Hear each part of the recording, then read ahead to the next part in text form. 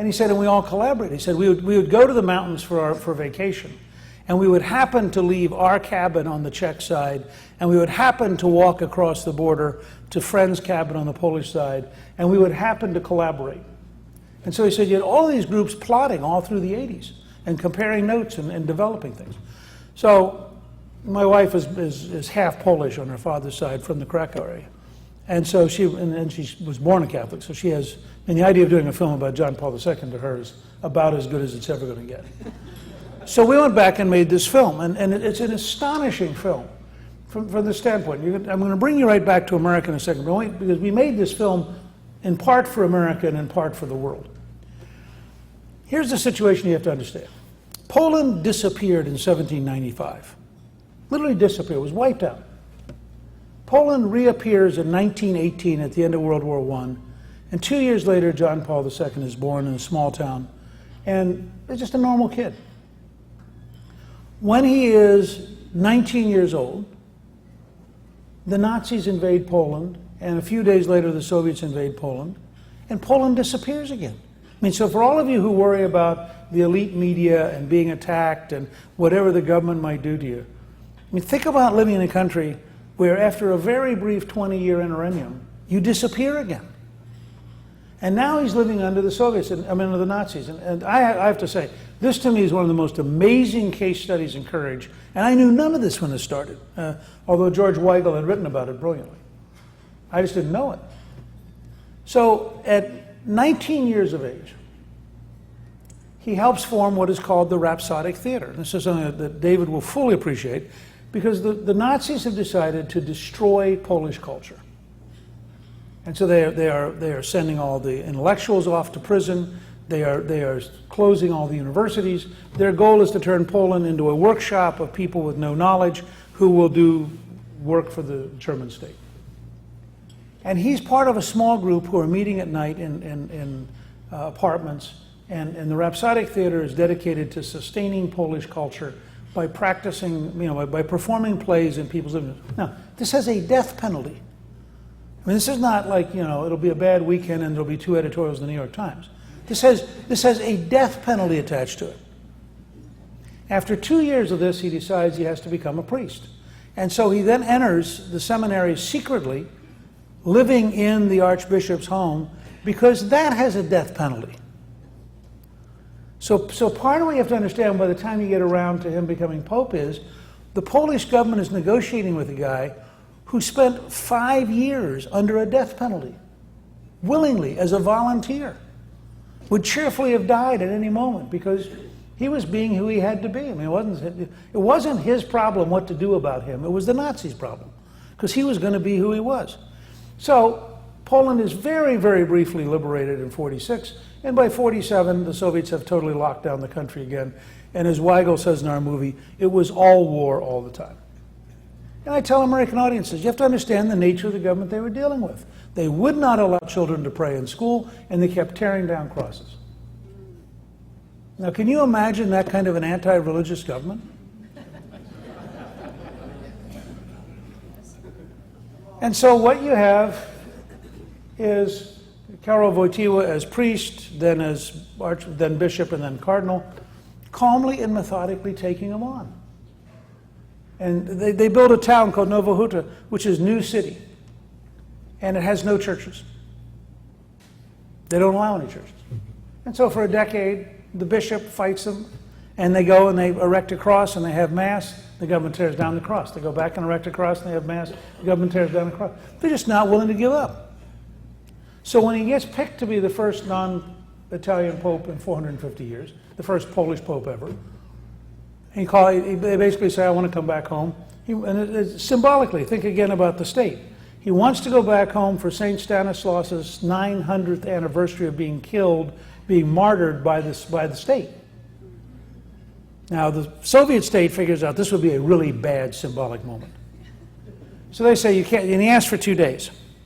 And they say, you cannot come for 2 days in May, but we will give you 9 days in June. I just think about the math of that equation. And so the Pope shows up on the 1st of June at Pentecost. And his opening Mass is 3 million people in Victory Square in Warsaw. And at one point they break into applause, and they applaud for 14 minutes, just because they're free. They're allowed to publicly express themselves. They're in a space where they trust each other. And we have several Poles who say to each other, who were in the film, saying, we looked around and we suddenly realized there are more of us than there are of them. Now, I think this film happens to relate totally to the United States. So we're actually having it produced in Spanish for Cuba. We're producing it in Chinese for the mainland China.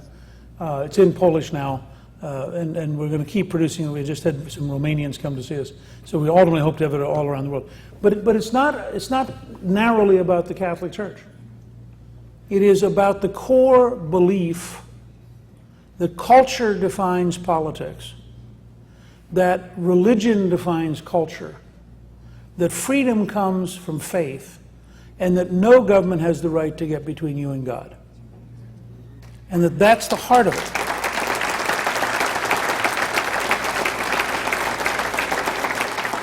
Now, let me relate this to where we are today. If you get, after getting my new book, To Save America, if you get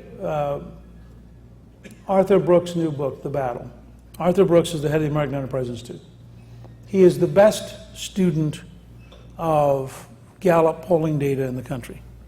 And in The Battle, he makes a very simple argument. He says, it's two parts. Part one, by any reasonable reading of Gallup data, this is a 70% plus center-right country. So you have a combination of Republican incompetence and brilliant left-wing tactics, which allows a less than 30% minority to dominate a 70% majority.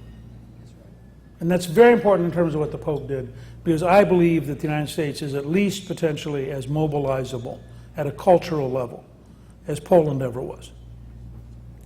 The second thing he says in the closing chapter of his book is that we have to understand that the real argument for markets and for private property are moral, not economic. It's not that you're more prosperous, it's that you are freer. That if you're allowed, we say in our Declaration, we're endowed by our Creator with certain unalienable rights, among which are life, liberty, and pursuit of happiness. Well, if you're allowed to pursue happiness, and it's important to remember, Adam Smith writes a theory of moral sentiments before he writes The Wealth of Nations. Because Adam Smith understood that without a moral context, that free markets couldn't survive, just as the Founding Fathers understood, without a moral context, a free government couldn't survive. And that's where we are today. Now, I'm going to give you one closing example or two closing examples that I think will show you why I'm so excited and so unfair about this. The first is when we tried to understand why did this happen the way it did. And there's no question, Solidarity has a few hundred members before the Pope arrives. A year later, it has 10 million members. There's just no question that what happens is the country looks around and goes, okay, that's it. We're not going to let them push us around anymore. We have a great interview with Lech Walesa where he says, I was always fighting. He said, I imbibed anti-communism in my mother's milk. And he just couldn't help himself. I mean, and you had this whole underlying sense, but they weren't effective until they suddenly looked around and saw each other and began to mobilize. What's important to understand, and this is part of why we've done both the book and the movies. In 1957, Cardinal Wyszynski announces he's released from 3 years of house arrest. And he announces that Poland will go through a 9-year novena in order to prepare for the 1000th anniversary of Christendom coming to Poland. And so for 9 years, in every parish, they are re-indoctrinating people into the nature of being Polish. So here you have the Soviet state up here preaching an international, secular, anti-religious, authoritarian system. And down here, quietly and steadily in every parish, you have people saying, but this is who we are. As Weigel says, the basic underlying message is, you aren't who they say you are.